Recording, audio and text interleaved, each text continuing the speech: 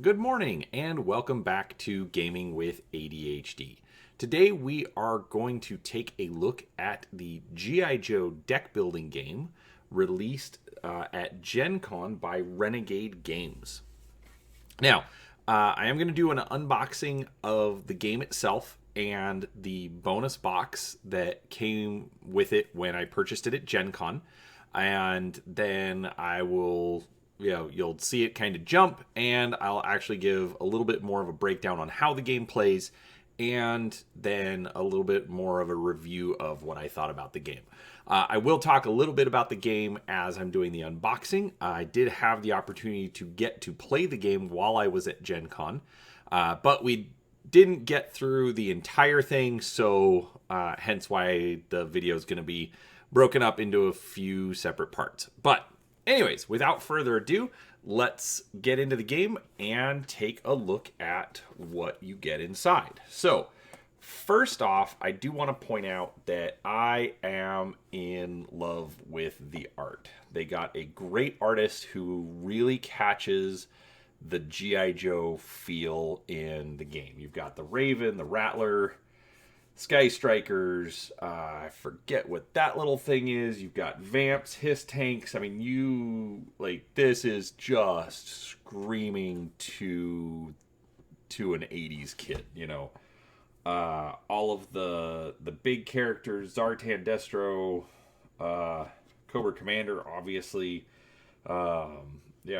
Scarlet, Duke, I mean, they are just from the box alone. They are firing on all cylinders for this game.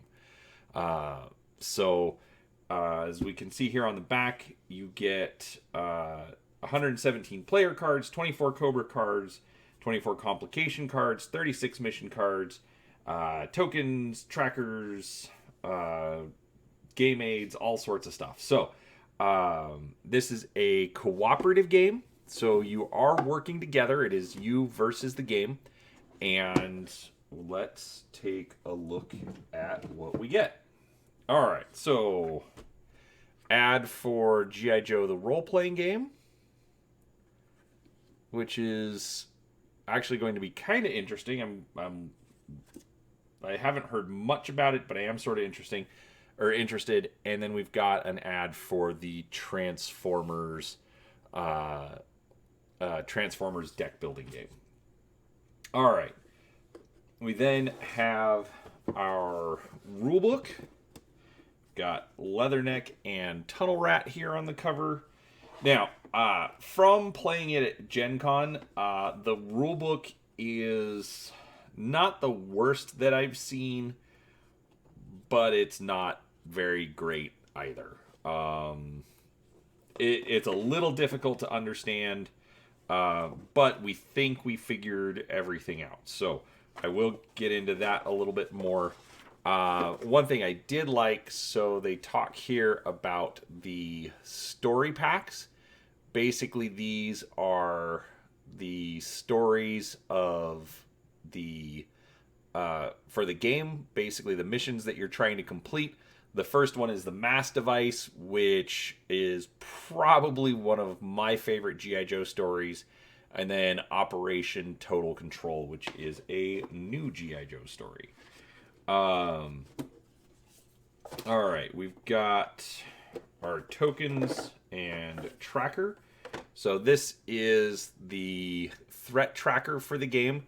You're going to start here at the bottom, and as bad things happen, the threat goes up. If your tracker ever reaches the top, then you lose.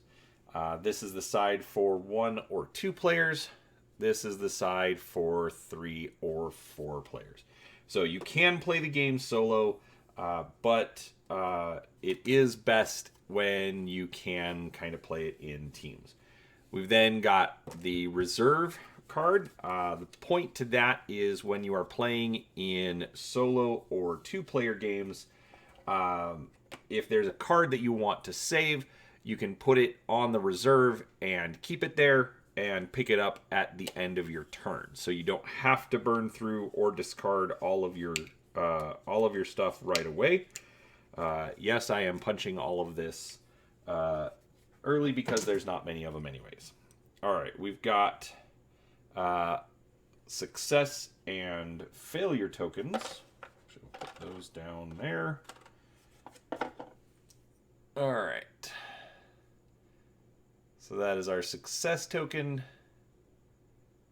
and that is our failure token. So you'll use that to track the different missions.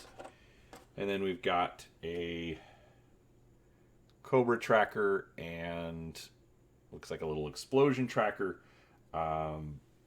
Basically, these are used on the threat tracker, but I don't know the reason for them giving us two different ones.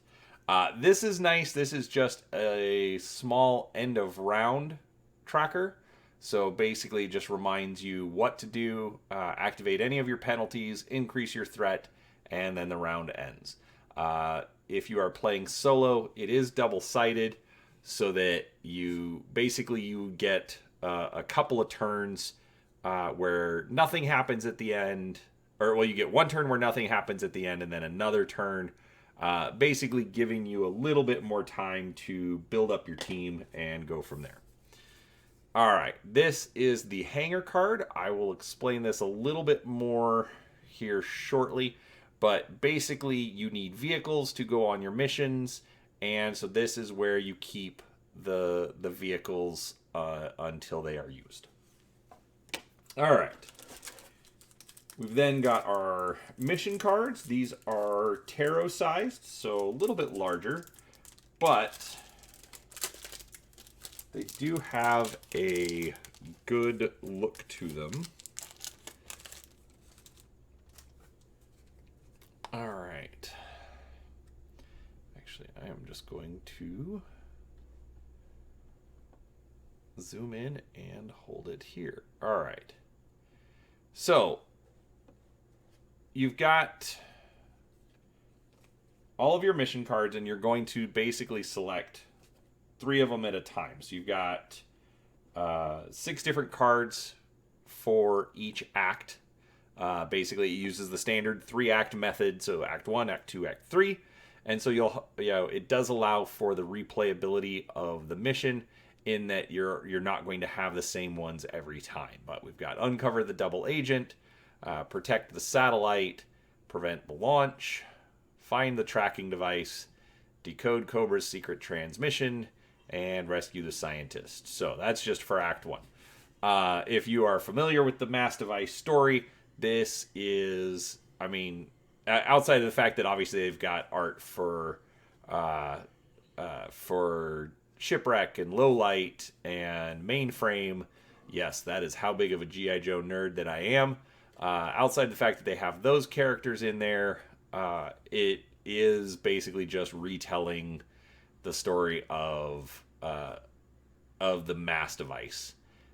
Lift Ticket, Deep Six, Seal. Obviously these are all these are all the missions. So these aren't the actual characters. I'm just pointing out that I am a giant nerd and love G.I. Joe. Anyway, so you've got really, really good art, really good layout. Basically, the card will tell you just the name of it. In this case, it's a story mission and a group mission, meaning that all the players can participate. There are also individual missions where you have to complete it on your own. Then what happens if you succeed at the mission and what happens if you fail. So those are the mission cards. All right. Now all the tokens, I went ahead and I will just put those in there. Real quick, actually, we've got these dice. So basically, the mission card is going to have different skills that are required, and then this is how many successes you need with those skills in order to complete the mission. And then on the dice, you've got 8 dice. They're actually made pretty well if I can get these out. And so you've got, that's a failure, and then that's a success, and then there's also a face with 2 successes. So, you've got that. More than 8 dice would have been nice, but 8 is plenty.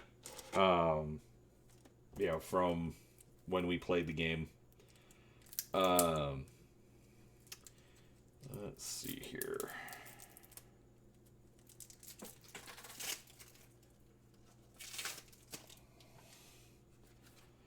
All right. So these are complications. Basically, these are different missions or just bad things that are going to happen. So in this case, you'll see put major blood in play. If I can get the camera to focus. And so when I bring that up, I'll explain that a little bit. But yeah, so you've got different complications. So then we've got a side mission. Side missions have to be done alone, so you can't get the whole, you can't get other players involved. If you notice, this requires explosives or tracker. So instead of being able to combine skills, you have to have one or the other. Obviously, again, the art is great all the way through this game. I'm really happy with what they did for this. But it's also neat because when they do stuff like, the mass device, then they still integrate some of the characters that didn't show up until later in the series. The art is also very reminiscent of the early characters, so they're keeping it very consistent to those 80s characters as opposed to some more modern variants. So we've got Cobra Commander. So basically, if a if an officer, a Cobra officer is put into play, then essentially it's another group mission that you can complete. That if you don't, basically, then they're going to cause additional problems. So they're just additional missions that you can do to complete. These are side missions. So the Cobra battalions are interesting because it's a shared lineup of cards to draft, and so you actually the battalions will actually cover up the draft, so you actually have less cards that you can draft, whereas the Cobra troopers actually get put into your deck, and so basically they become the problem cards that you need to try and get rid of. All right, then we've got some starter cards. Let's see. Here we go. Here's some characters. So I will go into more about the different types of cards when I actually explain how to play the game. This was really nice to see. They do give cheat sheets, so how a mission runs and the turn sequence, and there's enough for every possible player, which allows up to 4. They've got cards for expert mode, so that is also good. All right, so these are the character cards, and they are getting all sorts of Joes throughout the entire series. The number at the top, that is the cost to recruit. The number at the bottom is the amount of recruitment points that they provide. So we've got Lightfoot, Lift Ticket, Beachhead, Leatherneck, Alpine, Airborne, Cutter, Deep Six, Torpedo, Tunnel. Spirit and Freedom. These are the skills that I was talking about. So he's got 3 Tracker and 2 Marksman.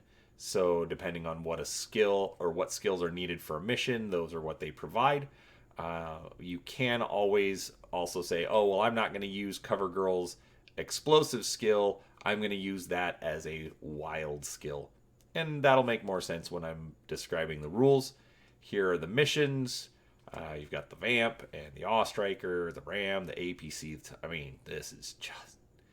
Oh, I'm such a nerd. The Killer Whale and the Shark. The Inspiration cards, Gear cards.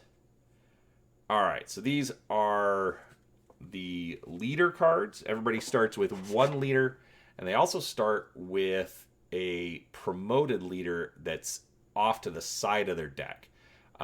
Once per game, you can pay this cost here and actually take your basic leader out of your deck and replace it with the promoted leader. Obviously, you're going to have better skills and a slightly better ability as well. All right, let me see if I can find one of the basic leaders. So, as you can see, I mean, the art across the board is really good on this game. They've got generic Joes, so these are your basic starters. Now, one thing that we decided when we were playing, there's no written skill here, and in the rules it talks about how you can sacrifice a written skill, if any, for 1 wild skill.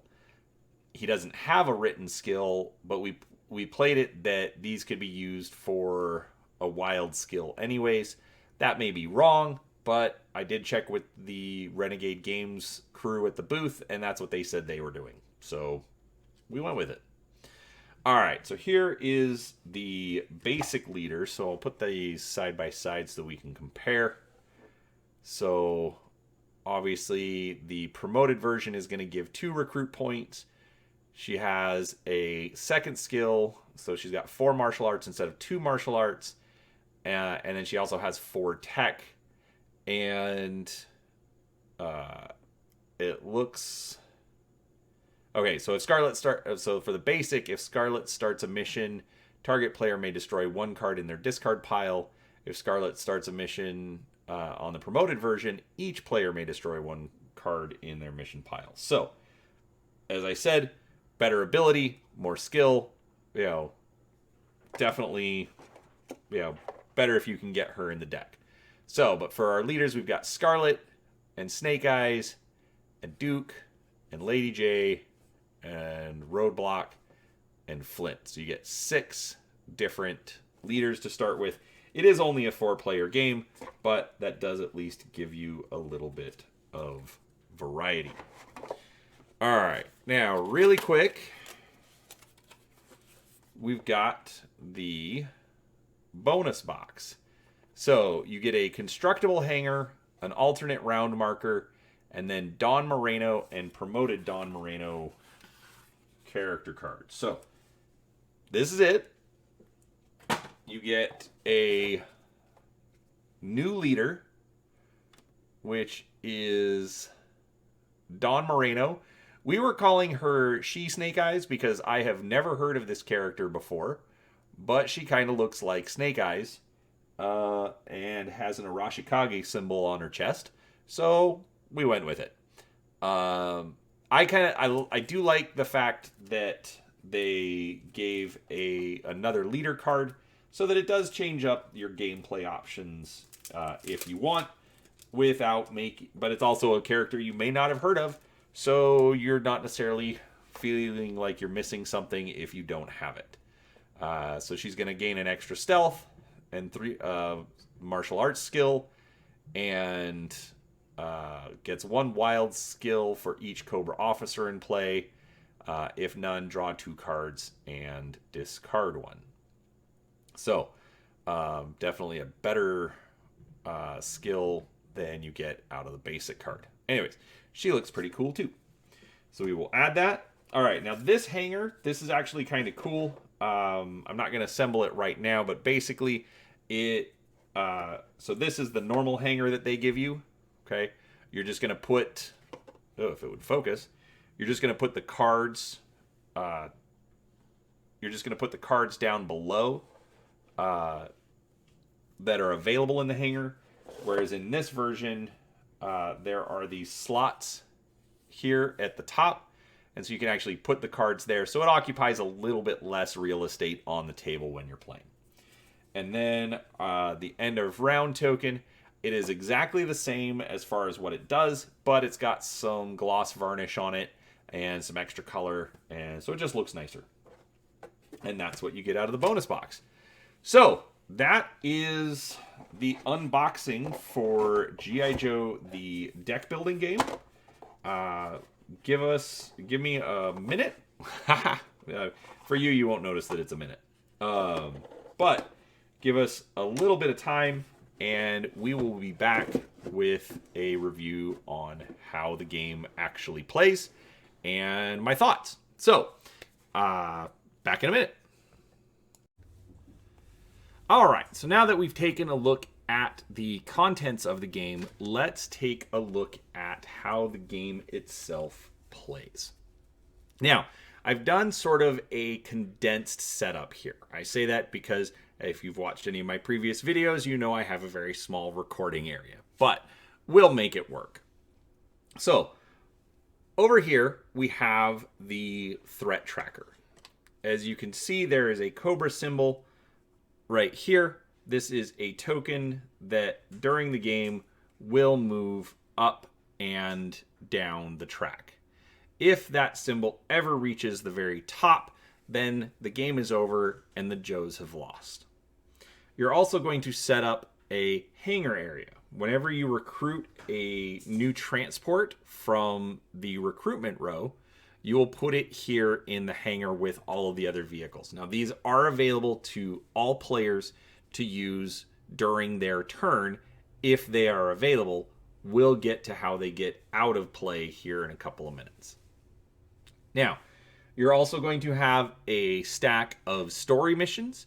For this example, this is also going to be our active story mission. You would actually have a stack of story mission cards so that even with the active story mission out, you would then also know which story mission is coming up next.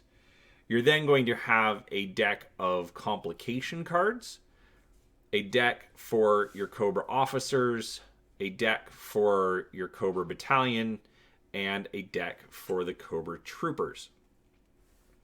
And finally, you have a deck for all of your GI Joes.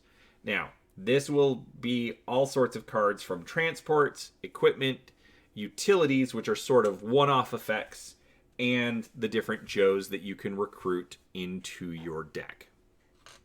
Now, the way that the game works is it's split up into 3 phases. The start phase, the action phase, and the end phase. And in each of these phases, there are different things that you're going to want to look at. Sometimes it will be different effects on the card.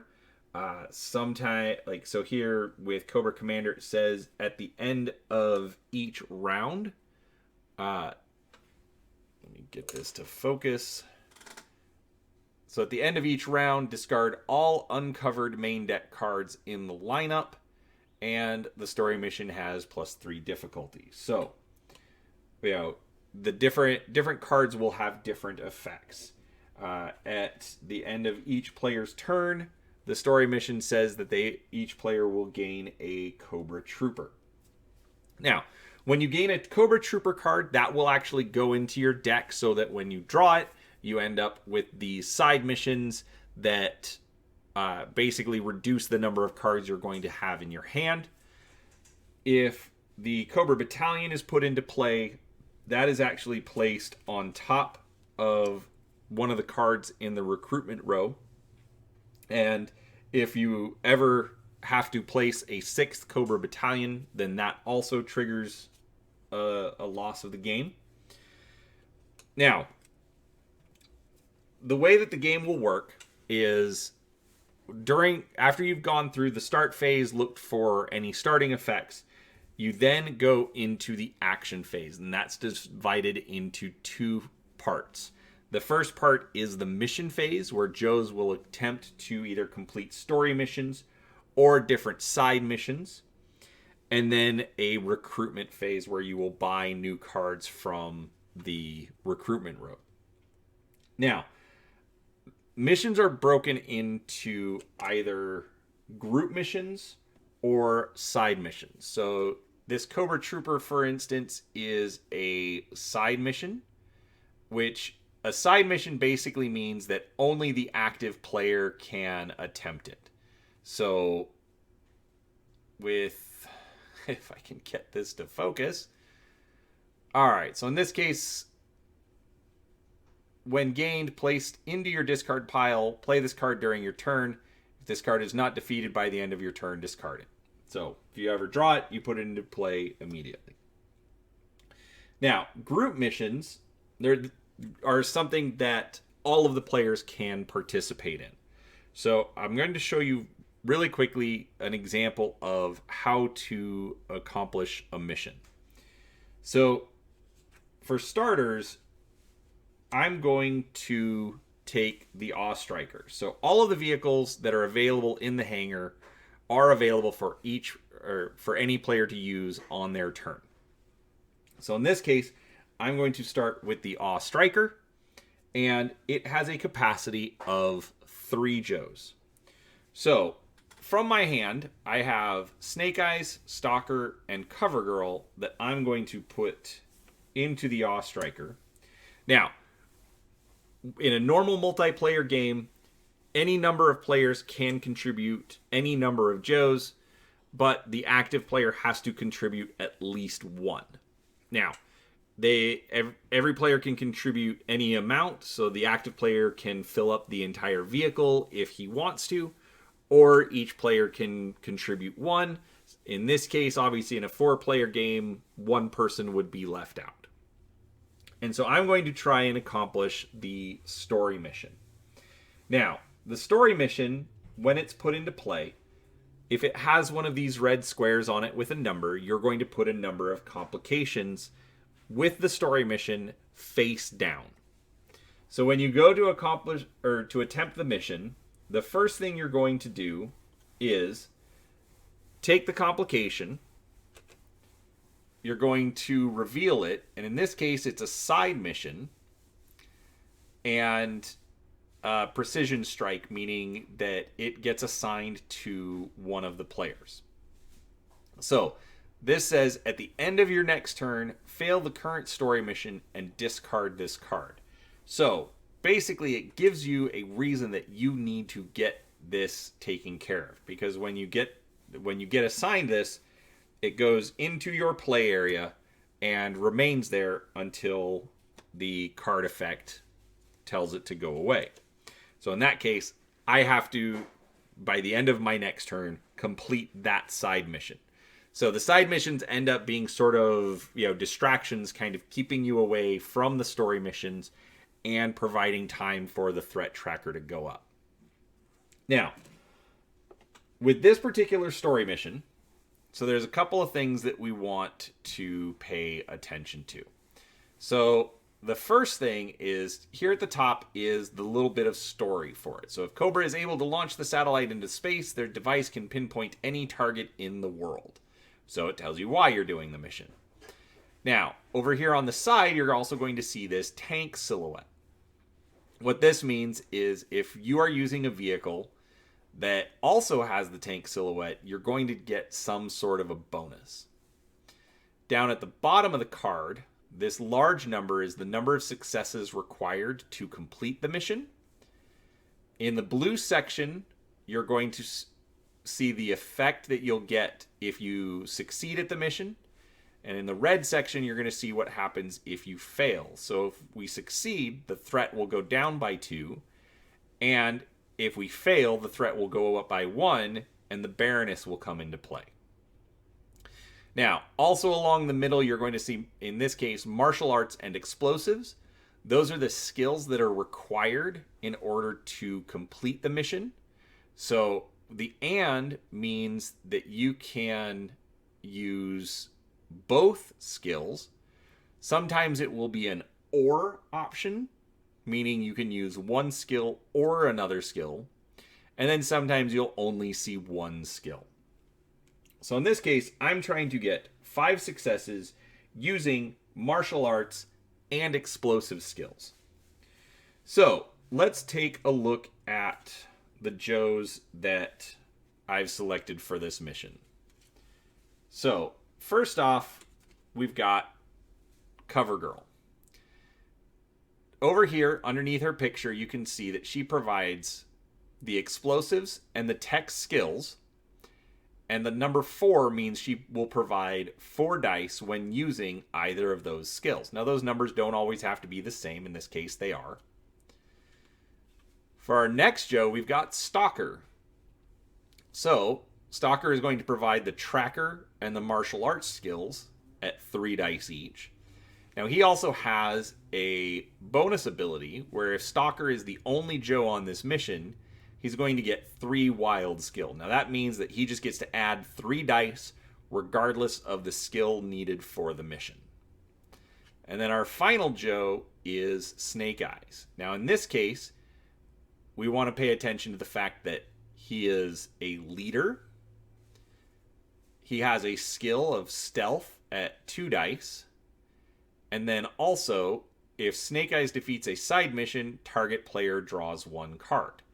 So, because you're contributing cards outside of your turn to different missions, you can end up with smaller hands. So, there are different cards that will allow you to nominate different players to be able to draw new cards outside of their turn so that they can fill their hand up before it comes back to their turn.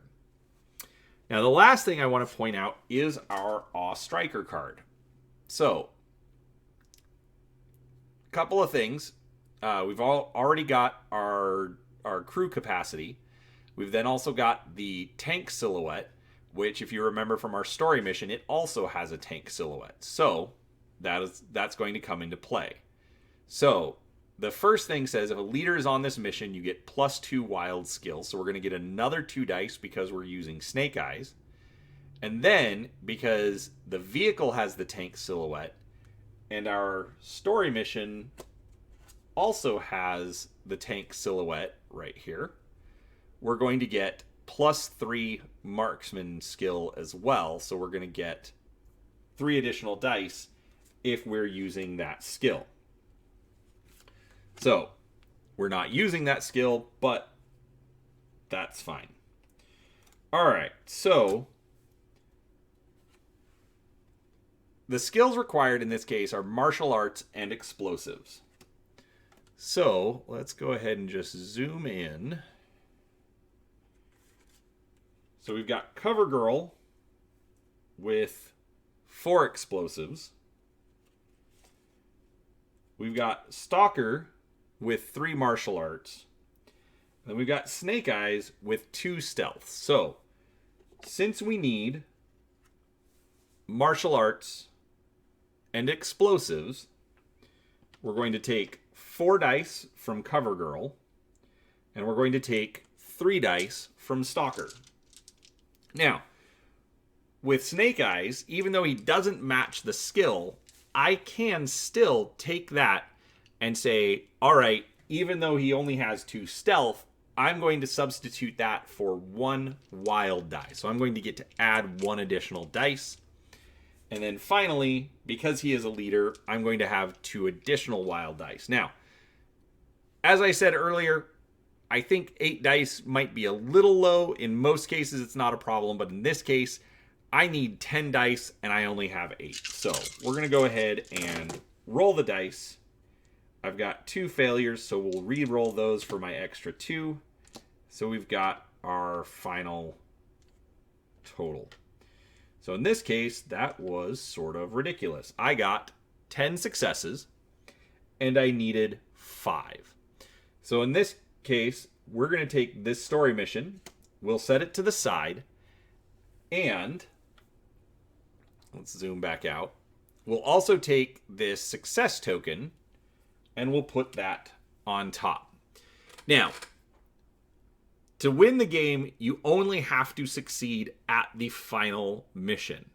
However, as you're going through the different story missions, the successes and failures can have effects on later missions. They can increase the difficulty, or they can increase the number of complications that arise. So, for whatever reason, you do need to keep track of those particular missions so that you know how they will come into play later on. Now,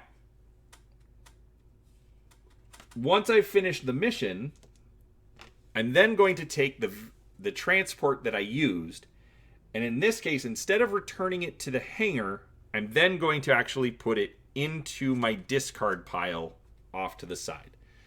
Now, the reason for that is that represents having to refuel and rearm the transport so that you can use it later. Now, I still have 2 cards in my hand. I still have these 2 basic GI Joes. So, what I can also do is I can go ahead and I can take the Vamp and I can run a second mission to try and complete this side mission. Now, it needs recon and stealth, of which I don't have, but each of the basic GI Joes will still provide 1 wild die. So let's see if I can complete this mission as well. And I fail. So in this case, it's just going to go off to the side and wait for my next turn to come around, at which point I can attempt it again. So, I've done all of the missions that I can. In this case, with the Vamp, instead of going into your discard pile, its ability says, after the mission, return the Vamp to the hangar. So during every turn, at a minimum, the Vamp will become available. So, I then take the cards that I've used on missions, and I'm going to look at the stars on those cards. And that is going to tell me how much recruitment points I have to purchase new Joes and new equipment. So in this case, I have 8 stars, and so I can buy as many cards as I want.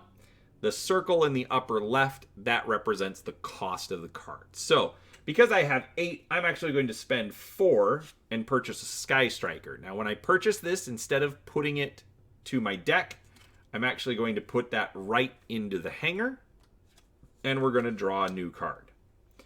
And then I'm going to purchase a new Joe, which I'm going to go ahead and get Ace. Now, one thing that's different about GI Joe the deck building game is that instead of this going into your discard pile and possibly taking a couple of turns before it comes back, you're actually going to take it and put it on top of your deck, face down. All right? So, basically, you get that 1 card that's automatically going to come back. So, I've spent 6. So, I'm then going to spend 2 more and get the service rifle. Again, going to the top of my deck.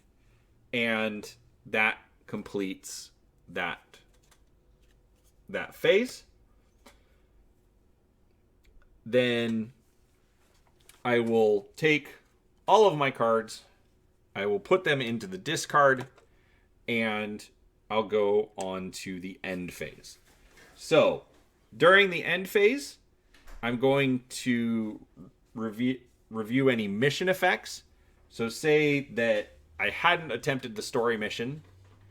In this case, it says, if I can get to focus, at the end of each player's turn, they gain 1 Cobra Trooper. So if that was in effect, I would take 1 Cobra Trooper card and put it into my discard pile. And then I'm going to look for any other card effects, anything else that's happening. If it was the end of my second turn and I still hadn't disrupted the drone strike, then I would trigger that effect. So I would discard the story mission and discard the complication. And then I'm going to do what the threat meter says. So in this case, the threat meter at the end of the round says reveal and resolve 1 complication. So in this case, add 1 Cobra Battalion to the leftmost uncovered card in the lineup, immediately draw and resolve another complication. So we're going to put the battalion out, draw a new complication, and in this case, the story mission is +1 difficulty. So our next story mission is going to be a little more difficult. All right. So the last thing to talk about is drawing up your hand. So, I'm going to sneak a card in here real quick. So, I'm going to draw 5 new cards. So, I've got the service rifle that I bought. I've got Ace, which I picked up. And say I had gone through my deck a couple of times, or gone through my deck again, and the Awe Striker came up. So, in that case, I would immediately take the Awe Striker, put it into the hanger, and continue drawing cards. So, 3, 4, 5. Okay, until I have my hand of 5 cards again, at which point my turn is over. The threat tracker will automatically go up by 1, and it's on to the next player's turn. So, that is essentially how you play GI Joe, the deck building game. So give me a couple of minutes, let me reorganize my screen a little bit, and I will give you my thoughts on the game. Thanks, be right back. Alright, so final thoughts on this. I've gotten to play it a few times now, and I will admit, this is not an easy game. And to be honest with you, that's actually one of the things that I look for in a cooperative game. I want the game to give me a challenge and make it so that there is a significant chance that I'm going to lose. And I think that GI Joe, the deck building game, absolutely 100% pulls that off. I think that they've got a great mix of 80s nostalgia. If you're that person that grew up in the 80s and watched GI Joe after school or before school or on weekends or whenever you could find it on TV, it's got all of those characters that you knew and grew up with and that have basically been a staple to the line ever since. And they've mixed it with some fantastic new art. I don't know if it's all brand new art commissioned just for this game, but it is really good. It's modern comic book style art that could have easily come from the IDW comic books or Devil's Due or whoever's been publishing it within the last few years. And it absolutely 100% captures the feel of G.I. Joe. I like the way that the story missions are organized such that it feels like you're watching an episode of G.I. Joe. If you fail a mission, it feels like those twists and those setbacks that give the story a little bit of added drama. And overall, I 100% think the production quality on this card game is top notch. I think they did fantastic with it, and I am going to be holding on to this game for quite some time. That's mostly because I am a giant fan of G.I. Joe, but I think they just made a fun cooperative game that, is worth hanging on to. Now, there are a couple of things that I do need to criticize. Number one is the rulebook. We were able to figure everything out eventually, but it needs a lot of clarification. It needs a lot of reworking. There were a lot of things that just didn't make sense. The fact that the starter G.I. Joes do not have any kind of a skill listed made it rather difficult because they felt like they were just taking up space until we decided to house rule that they still contribute 1 wild die. Now, buried in one of the examples in the rulebook, it makes it sound like they do get the 1 wild die, but there is nothing written specifically that says that. So even if they had just put in a 1 wild skill or something on the card to make that easier to see and understand, that would have been absolutely, 100% beneficial. But it is what it is. Overall, I think it flows well. I find it a little odd that you will go on missions and then recruit, but I don't think that is a glaring problem. Now, Hasbro did try a GI Joe collectible card game back in the early 2000s, and that game was horrible and didn't make any sense. And I think this game has absolutely avoided those mistakes. I think it makes sense why you're doing things. I like the side missions, like I said, that do sort of distract you from the story missions, because as the game progresses along, it will get harder and harder to accomplish the story missions as the complications continue to build up and side missions continue to build up. So there is that sense of urgency to get in, get your Joes, and start completing missions so that you can get through the game and not lose like we have done every time so far. Now, as I showed in the unboxing, I did get the bonus pack, and while I realize that long term a lot of people won't necessarily have that, I do want to point out a couple of things. So the main thing was that it came with this cardboard hanger, and I have to admit I was really disappointed.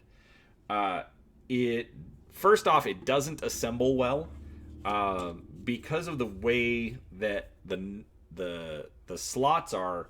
I ended up assembling it upside down to take advantage of the fact that that from the top the cuts are curved inward, and so it actually makes it a little easier to put together. But the bigger there's two main problems that I have with it. Number one, once it's assembled, you don't want to take it apart. And the problem there is that there's nowhere to keep it. So I found that a little bit, problematic. The other problem I have, and I'm just going to use one of the turn sequence cards here because I don't mind if one of these gets damaged. If you can see, the card doesn't fit. At Gen Con, they had made a display where the cards were actually sitting all the way through the top, and you can press these through, but especially if it's your vehicles, you're going to damage these cards, and they are definitely not sized.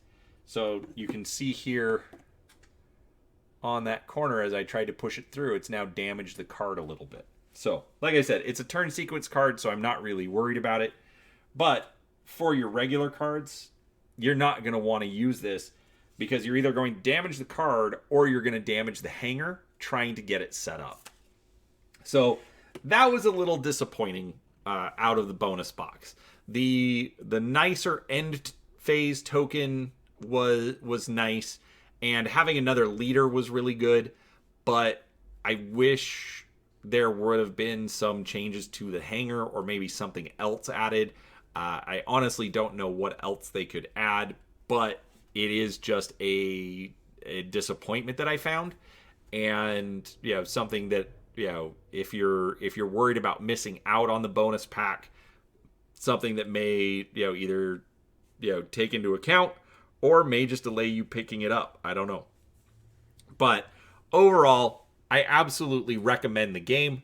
I enjoyed it very much, and I'm excited to see what they come out with in the future. They have already talked about putting out more packs with more missions, more Joes, more equipment, obviously. So there is a long history of GI Joe, and I'd be very excited to see what they come out with. So I hope you enjoyed that. Sorry, it did take a little bit long to get through all of it, but I did have a lot of fun with it. If you enjoyed the video, please do give it a thumbs up and subscribe to the channel. I'm covering all sorts of things from card games, tabletop games, miniature games, basically anything that you can play non-digitally. So thanks for watching, and we'll talk to you next time. Bye.